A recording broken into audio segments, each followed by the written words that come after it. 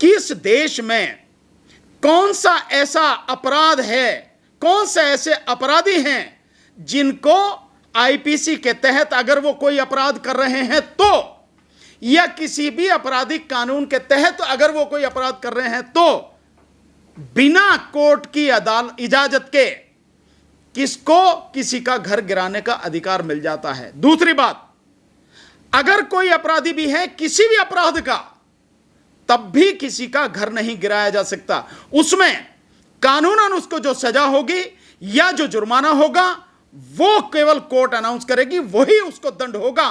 घर गिराने का किसी को अधिकार नहीं है किसी भी आपराधिक मामले में। आरोप आप जावेद पर लगा रहे हैं और घर गिरा रहे हैं, घर जावेद के नाम नहीं, उनकी पत्नी के नाम पे है। जो व्यक्ति अपराधी है सजा उसी को मिलती है, दूसरे को नहीं मिलती। उसकी मां को नहीं मिलेगी, उसके बाप को नहीं मिलेगी, उसके बेटे बेटियों को, पति पत्नी, भाई बहनों को, रिश्तेदारों को नहीं मिलेगी, सिर्फ उसी को सजा मिलेगी। आप दूसरों को सजा दे रहे हैं, तो कानून को जो है आपने अपनी रखेल बना लिया है। और क्या रह गया है? मतलब शासन प्रशासन में बैठे हुए गुंडों ने कानून को अपनी रखेल बना लिया है। और इस देश की अदालतें सब मर चुकी हैं, सब दफन हो चुकी हैं। जावेद का घर तोड़ा गया है, ये जावेद का घर नहीं टूटा, ये इस देश की सुप्रीम कोर्ट की जो बिल्डिंग है वो टूटी है। ये इलाहाबाद हाई कोर्ट की जो खूबसूरत बिल्डिंग है वो टूटी है और उसके नीचे दफन हो गई है इलाहाबाद हाई कोर्ट और यहां पे इस देश की सुप्रीम कोर्ट। न्यायालय दफन हो गई हैं, उनकी कब्र खुद गई है। हकीकत यह है, कोई कानून भी तो होगा, किसी तरह तो होगा, कोई नहीं बोल रहा। सर, पूर्व जजों ने सीजेआई को पत्र लिखा है कि यह संविधान का मजाक बनाया जा रहा है, तो क्या कहेंगे इस पे? बिल्कुल, उन्होंने सही कहा है। जो पूर्व जजेस है, कम से कम उनकी अंतरात्मा, उनका अंतर्मन तो उन्हें झकझोर रहा है और उन्हें इस बात पर उनके अंतर्मन ने इस बात पर उनको जो है कि भाई वो चिट्ठी लिखें, कम से कम बताएं, अदालत को बताएं कि ये क्या हो रहा, मजाक बनना है, कम से कम कोई तो कार्रवाई करो। आपको बता दूं एक बड़ी मजेदार बात, इसको समझने की जरूरत है, ये कानूनी पॉइंट है। इस देश के हर किसी व्यक्ति को ये जानने की जरूरत है, जानना चाहिए, उसे समझ आना चाहिए। है क्या? देश में जो सुप्रीम कोर्ट है, सुप्रीम कोर्ट के जजेस 2400 घंटे जज हैं। केवल वो उसी समय जज नहीं होते जिस समय कोर्ट में बैठ के वो मुकदमे सुन रहे होते हैं। 2400 घंटे जज हैं वो, जहां भी खड़े हैं वही जज हैं, वही अदालत है, हर जगह जज हैं वो। जस्टिस ऑफ पीस हैं। संविधान ने अधिकार दिया है, सुमोटो एक्शन का अधिकार इसीलिए दिया गया है हर जगह। तो अगर वो चाहें, जो 2400 घंटे जो मीडिया रखेल बनी हुई है इस सरकार की, वो मीडिया 2400 घंटे लगातार उसकी डायरेक्ट टेलीकास्ट दिखा रहा है, दुनिया को दिख रहा है। क्या किसी जज को नहीं दिखा होगा? किसी जज के अंतर्मन ने यह उसे नहीं झकझोरा कि इतना घोर अन्याय हो रहा है, कम से कम कोई कार्रवाई करे। कोई भी इलाहाबाद हाई कोर्ट का कोई जज या सुप्रीम कोर्ट का कोई जज प्रिंसिपल सेक्रेटरी को एक जरा फोन करके पूछ ही लेता, सिर्फ इतना ही, क्या कार्रवाई हो रही है, कैसे हो रही है, बस इतनी ही जरूरत थी। या इस उत्तर प्रदेश के डीजीपी से पूछ लेता, क्या तमाशा हो रहा है भाई, क्या ये हो रही है, किस तरह से, किस कानून के तहत हो रही है, बस इतना ही। अपने आप सब रुक जाना था। किसी को नहीं दिखा, किसी की भी संज्ञान में नहीं आया। हाई कोर्ट के जजेस इस प्रदेश की कहीं भी 2400 घंटे वो जज हैं, जैसे सुप्रीम कोर्ट के जज हैं हर जगह। क्या ये पता नहीं? दूसरा, इसके अलावा जो बात बता रहा हूं, देखिए, कोई भी कानून है, इस देश के कानून की जो आधारशिला है बहुत जबरदस्त तरीके से संत लोग थे जिन्होंने बनाई। और कानून यह कहता है कि जब तक कोई व्यक्ति अपराधी सिद्ध नहीं हो जाता, उस पर आपने आरोप लगाए, कोई दिक्कत नहीं, एफआईआर करी, चार्जशीट फाइल करी, कोई दिक्कत नहीं, लेकिन जब तक अदालत से दोषी सिद्ध नहीं हो जाता, तब तक वो पूरी तरह से बेगुनाह है। और इसके अलावा चाहे 100 के 100 गुनहगार छूट जाएं, लेकिन एक भी बेगुनाह को सजा नहीं होनी चाहिए। सजा की बात, घर तोड़ना तो कहीं भी नहीं है, दूर तक भी नहीं है, न संविधान में, न किसी कानून में। सर, कानून व्यवस्था बनाए रखने की सरकार की भी तो जिम्मेदारी है। सरकार की जिम्मेदारी गुंडागर्दी करने की नहीं है, कानून और व्यवस्था बनाए रखने की है। कानून और व्यवस्था बनाए रखने में जो दोषी हैं, अपराधी हैं, कानून के तहत काम करोगे ना। अब आपने तो वही साथ के साथ में ना एफआईआर लिखी, ना कुछ किया आपने, या आपने एफआईआर भी लिख ली तो एफआईआर भी लिख ली, इन्वेस्टिगेशन भी हो गई, अदालत में मुकदमा भी चल गया आप ही की अदालत में, और आपने बुलडोजर लिया और तोड़ दिया सब कुछ। आप ही कंप्लेंट करने वाले, आप ही इन्वेस्टिगेशन करने वाले, आप ही मुकदमा सुनने वाले और आप ही फैसला सुनाने वाले और फैसले को लागू करने वाले भी आप ही। सब कुछ एक झटके में हो गया, सिर्फ 2 दिनों में। यूं मतलब जिस तरह से सरकार ने गुंडागर्दी करके मजाक बना रखा है, पूरे मुस्लिम समाज के खिलाफ जिस तरह से एक तरफा कार्रवाई की जा रही है, इससे जघन्य अपराध कोई और होगा नहीं। और ये इस अपराध में शामिल हैं इस देश की अदालतें भी, चाहे वो सुप्रीम कोर्ट हो चाहे हाई कोर्ट हो। शासनिक प्रशासनिक आदमियों की तो बात ही कहना क्या है, वो तो सारे के सारे एक मतलब कार्रवाई कर रहे हैं, लेकिन ऐसे कोई बता सकता है तो अदालत सब के सब इसमें शामिल हैं। इसीलिए मैं कह रहा हूं अदालतें मर चुकी हैं और वो घर उनका नहीं टूटा। इस देश की न्यायपालिका की कब्र खुद गई, वो सब जो कल हुआ है। लेकिन सर आरोप तो मुसलमानों पर लग रहा है कि वो दंगा करना चाहते हैं, दंगा भड़काने में सबसे आगे मुसलमान ही रहते हैं।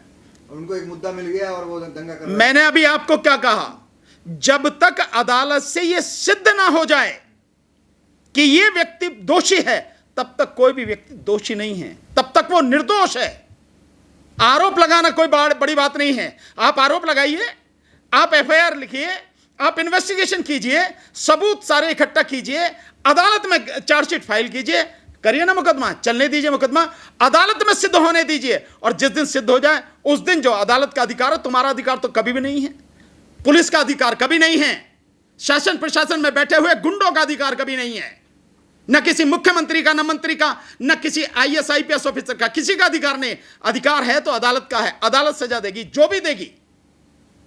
ये जो गुंडागर्दी चल रही है, देश को तबाही की तरफ जो बुरी तरह से ढकेला जा रहा है, ये बहुत खतरनाक है स्थिति। तो क्या सब न्याय की उम्मीद सरकार में नहीं रखी क्या? नहीं, सरकार में रखे यार। इस सब के बावजूद भी, इतना सब कुछ होने के बावजूद भी लगातार टारगेट करके केवल और केवल मुसलमानों के मकान तोड़े जा रहे हैं। उस सब के बावजूद कह रहे हो आपकी न्याय की उम्मीद रखें। न्याय की उम्मीद सरकार से क्या रखनी, जब अदालतों से न्याय की उम्मीद नहीं है। इसीलिए तो मैं कहता हूं, मेरी बातें बुरी भी लगती होंगी, इस देश की मदद, ये देश, सरकार से भरोसा नहीं, ये देश अगर इसी तरह से चलता रहा तो तबाही की तरफ जा रहा है। बहुत बड़ी बात नहीं है। देश के जो हालात हो गए हैं, आर्थिक स्थिति इतनी बुरी तरह से देश की आर्थिक स्थिति उन गर्त में जा चुकी है जहां से निकल पाना लगभग असंभव सा नजर आ रहा है। धीरे धीरे महंगाई, अभी महंगाई की जो आई है, महंगाई आज की तारीख में सबसे ज्यादा इस देश में, इससे पहले इतनी महंगाई कभी नहीं रही। आज जो थोक सूचकांक है वो कहां से कहां पहुंच गया। बहुत महत्वपूर्ण सवाल, अगर किसी महिला के बयान से कुछ निकल जाता है मुंह से, तो क्या नहीं लगता है कि इस मामले में इतना उद्योग नहीं मचाना चाहिए, मुसलमानों को माफ कर देना चाहिए? बात महिला या उसकी नहीं है, महिला या पुरुष की नहीं है, और होनी भी नहीं चाहिए। अगर महिलाएं पुरुष के बराबरी का दर्जा मांग रही हैं, तो फिर उनको जो पुरुष के साथ हो रहा है, फिर उनके साथ भी होना चाहिए वही, उसी अपराध, उसी दंड के जो भागीदार वो भी हैं। अगर समानता की बात आप कर रहे हैं, तो एक महिला को यह अधिकार किसने दिया है कि किसी भी धर्म के जो मुखिया हैं, ये यूं कहो कि किसी भी धर्म के जो पूज्य हैं, सबसे ज्यादा पूज्य हैं, आप उनका अपमान करेंगे बिना ऐतिहासिक तथ्यों और साक्ष्यों के? यह अधिकार किसने दिया है? चाहे कोई महिला हो या पुरुष हो, किसी को भी अधिकार किसने दिया? फांसी पे थोड़ी लटका दिया जाएगा इस बयान के आधार पर? कौन कह रहा फांसी के आधार, फांसी पे लटका दिया जाएगा? कौन कह रहा है? सड़क पे पुतले जल, हम ये कह रहा हूं, अच्छा सड़क पे पुतले जलना फांसी लगना है? वेरी गुड, ये बहुत बढ़िया। आप नई मतलब पत्रकारिता मुझे सिखा रहे हैं। पुतले में फांसी का फंदा डाल करके बीच सड़क पे ये व्यक्ति का अपने अंदर का आक्रोश है जो आपको दिख रहा है। आप ये पैदा क्यों होने दे रहे हैं आक्रोश? क्यों नहीं आप कानूनी कार्रवाई कर रहे हैं? क्यों नहीं आपने जो है अभी तक उसको अरेस्ट किया? जिस गलत मैसेज जा रहा है सर, किस, बिल्कुल, जब आप गलत मैसेज भेजोगे तो भाई, जब आप गलत मैसेज भेजोगे तो गलत मैसेज जाएगा, मैसेज तो गलत जाएगा, और बिल्कुल इसी तरह से जाता भी रहेगा। अगर सरकार बदलेगी नहीं तो सरकार एक पक्षीय कार्रवाई करेगी। आज की दुनिया में, आज के समय में ये छुपा रह जाएगा कोई? दुनिया भर के पत्रकार भरे हुए हैं, सब लोग कहीं कहीं से भी खोज के चीजें लाते हैं, सारी चीजें लोगों के सामने आती हैं। तो कहां तक आप करोगे? अगर आप गलत करोगे तो वो गलत भी पकड़ा जाएगा, दुनिया के मतलब सब मीडिया जो है दिखाएगा उसको। क्या प्रधानमंत्री को चुप्पी तोड़नी चाहिए, इस पे आना चाहिए? बहुत पहले छोड़नी चाहिए, बहुत पहले चुप्पी तोड़नी चाहिए थी। लेकिन मैं लिख के दे रहा हूं, इस देश के प्रधानमंत्री का नैतिक साहस पूरी तरह से मर चुका है। प्रधानमंत्री में नैतिक साहस नहीं है गलत को गलत कह सकें, सही को सही कह सकें। प्रधानमंत्री सिर्फ जब भी कहेंगे गलत को सही कहेंगे और सही को गलत कहेंगे। झूठ बोलने में उनको महारत हासिल है, इससे ज्यादा वो कुछ नहीं करेंगे। और अभी भी एक झूठ और बड़ा मजेदार बोला, तुम पूछ नहीं रहे उस पर सवाल, बड़ा मजेदार झूठ बोला प्रधानमंत्री ने, आज ही आया ट्वीट उनका और बड़ा हल्ला मच रहा है 10 लाख नौकरियों का। जो आदमी 2 करोड़ नौकरी प्रतिवर्ष देने का वादा करके पूरे अपने 8 साल के कार्यकाल में 8 लाख नौकरियां नहीं दे सका, वो आदमी आज इतना बड़ा झूठ बोल रहा है कि आने वाले 1.5 साल में 10 लाख नौकरियां देगा। आई समझ में? यह है प्रधानमंत्री का झूठ। क्योंकि चुनाव आ रहे हैं इसी साल गुजरात में और हिमाचल में चुनाव, और फिर अगले बार कर्नाटक में, मध्य प्रदेश और आपके राजस्थान और वहां पे चुनाव है, छत्तीसगढ़ में। अब फिर आई जाना, 1.5 साल हो ही जानी है, अगले साल नवंबर दिसंबर तक 1.5 साल पूरे हो जाने हैं। सर, नुपुर शर्मा की गिरफ्तारी नहीं हुई लेकिन भाजपा से लोग पार्टी छोड़ने लगे हैं। कोटा के जो पार्षद है वो उन्होंने पार्टी छोड़ दिया है। चलिए, हो सकता है किसी का जो है नैतिक साहस इतना रहा हो, किसी में नैतिकता बची हो, उसकी वजह से उन्होंने छोड़ दिया हो, अन्यथा ऐसी उम्मीद बहुत कम है।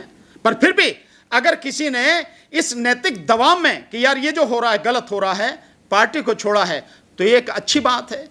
इससे कम से कम टिमटिमाती सी एक उम्मीद कहीं नजर आती है कि पूरी तरह से सब कुछ खत्म नहीं हुआ। बस यही बात है। जो माहौल खराब हो रहा है देश में, तो क्या अपील करेंगे मुसलमानों से आप?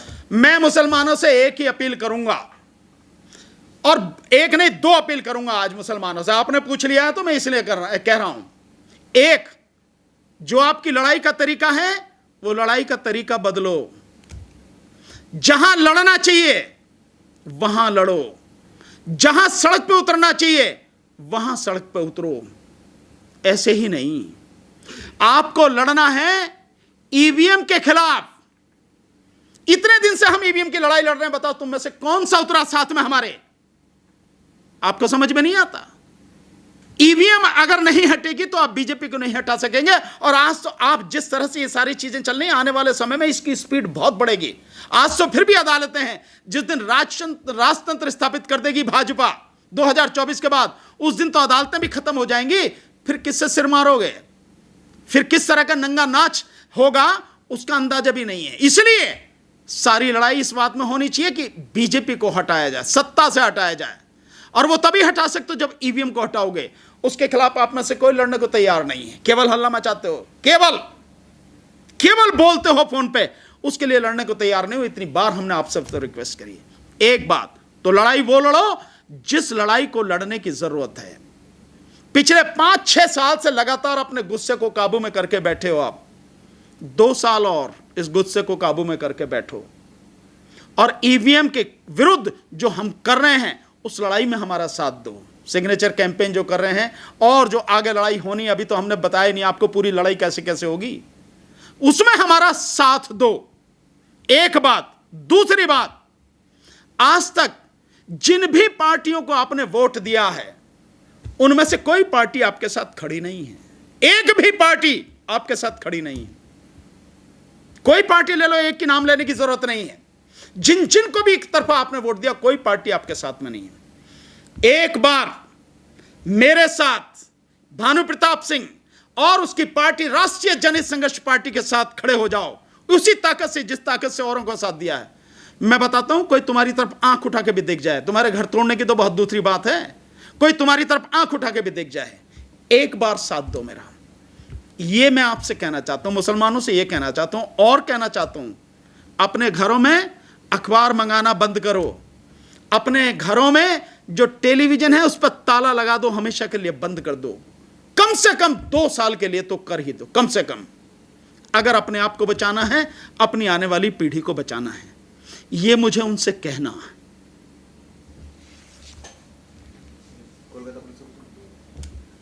कोलकाता पुलिस ने भी समन भेजा है, कहा है कि नुपुर शर्मा को वहां पे पेश होने के लिए कहा गया। अच्छी बात है भाई, पुलिस ने समन भेजा है तो पुलिस अपनी कार्रवाई कर रही है, करे। तो लेकिन वो हमारे साथ अमित शाह खड़े हैं, गृह मंत्री। भाई मैं तो पहले ही कह रहा हूं भाई, गृह मंत्री ने सुरक्षा दी उसको, प्रधानमंत्री का पूरा सपोर्ट है उसको। और जहां तक रही कोलकाता पुलिस बुला रही है तो इसी के लिए यही लगा देंगे सुप्रीम कोर्ट में, सुप्रीम कोर्ट से रिलीफ मिल जाएगा उसको। नहीं जाए कलकत्ता पुलिस के पास में, कर लो, क्या क्या करेगी कलकत्ता कानूनी पुलिस? प्रक्रिया बस उन्हीं के पास है कि और लोग भी से कानून प्रक्रिया कर कानून की प्रक्रिया की किसकी बात कर रहे हो? जब मैं आपको बता रहा हूं कि सुप्रीम कोर्ट के जजेस 2400 घंटे जज हैं, हाई कोर्ट के जजेस 2400 घंटे जज हैं, सुमोटो एक्शन लेने की पावर है उनको। किसी का भी घर मकान नहीं तोड़ा जा सकता, चाहे वो कितने भी लोगों का कातिल हो, तब भी घर नहीं तोड़ा जा सकता, मकान दुकान नहीं तोड़ी जा सकती। उसको तोड़ने का, उसको करने का एक अलग तरीका होता, उस सब के बावजूद भी खुलेआम तोड़ा जा रहा है। जब न्यायपालिका की कब्र ही खोद दी गई, जब न्याय को पूरी तरह से उसमें दफन ही कर दिया गया, वो जावेद की न्यायपालिका की बिल्डिंग टूटी है, वो supreme court Allahabad high court की बिल्डिंग टूटी है, उस सब के बावजूद भी तुम कह रहे हो कि न्याय की कोई बात है। मुझे तो लगता नहीं है कहीं न्याय मिलेगा। न्याय मिलता तो ये सब कुछ होता नहीं। सरेआम खुलेआम एक धर्म के लोगों को धर्म के नाम पर लगातार प्रताड़ित किया जा रहा है। किसी को भी नहीं समझ में आ रहा कि ये सब क्यों हो रहा है। कोई नहीं बोल रहा कि ये गलत हो रहा है, ये होना नहीं चाहिए। रोकने की पावर है उनको, एक झटके में रोक सकते हैं। हिम्मत ही नहीं है कि प्रशासन जरा सा भी हिल जाए। पिक्चर देखिए आपने, एक पिक्चर देखिए आपने, आरक्षण पिक्चर में जो उसके तबेला को तोड़ने जाते हैं, आखिर में ध्यान है आपको? जो अमिताभ बच्चन जिस गरीब के बच्चों को पढ़ाते हैं, तो एक व्यक्ति ने अपना जो पूरा तबेला दे दिया था, वहां पे स्कूल चलता था, कोचिंग चलता था, ट्यूशन पढ़ाते थे वो।